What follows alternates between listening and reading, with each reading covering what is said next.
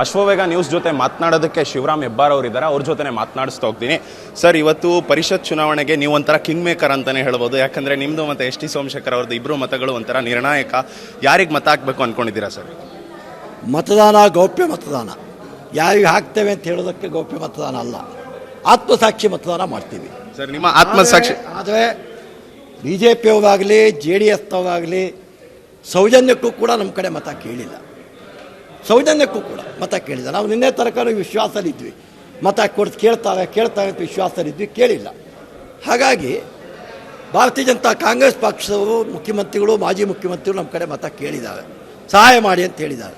ನಾವಿನ್ನೂ ಅಂತಿಮ ನಿರ್ಣಯ ಮಾಡಿಲ್ಲ, ಆತ್ಮಸಾಕ್ಷಿ ಮತದಾನ ಮಾಡ್ತೀವಿ ಸರ್. ಒಂದು ವೇಳೆ ಈಗ ನೀವು ಒಳಗೆ ಹೋದಾಗ ಏನಾದರೂ JDS ಶಾಸಕರಾಗಿರ್ಬೋದು, ಅದು BJP ಅವ್ರು ಯಾರಾದರೂ ಮನವೊಲಿಸ್ತಕ್ಕಂಥ ಪ್ರಯತ್ನ ಮಾಡಿದ್ರೆ ಹಾಕಿ ಅಂತ ಹಾಕ್ತೀರಾ? ಅವ್ರಿಗೆ ಯೋಚನೆ ಮಾಡಿ ನಿರ್ಣಯ ಮಾಡ್ತೀವಿ ಸರ್. ಆದರೆ ಇಲ್ಲಿವರೆಗೂ ಪ್ರಯತ್ನ ಮಾಡಿಲ್ಲ, ಹಾಗಾಗಿ ನಿಮ್ಮ ಮತ ಈ ಕಾಂಗ್ರೆಸ್ಗೆ ಅಂತ ನನಗೆ ಅನಿಸ್ತಾ ಇದೆ. ನಾವು ಆತ್ಮಸಾಕ್ಷಿ ಮತದಾನ ಮಾಡ್ತೀವಿ. ನಿಮ್ಮ ಆತ್ಮಸಾಕ್ಷಿ ಯಾವ ಕಡೆ ಇದೆ? ನಮ್ಮ ಆತ್ಮಸಾಕ್ಷಿ ನೀವು ಕಣ್ಣಂತೂ ನೋಡಿ. ಎಸ್, ಇದಾಗಿತ್ತು ಶಿವರಾಮ್ ಹೆಬ್ಬಾರ್ ಅವರ ಮಾತುಗಳು. ಕ್ಯಾಮ್ರಾಮನ್ ಶಿವಮೂರ್ತಿ ಜೊತೆ ಓಂ ವಿವೇಕ್, ಆದಿತ್ಯ ಕಾರ್ಲೇಕರ್, ಅಶ್ವವೇಗ ನ್ಯೂಸ್, ಬೆಂಗಳೂರು.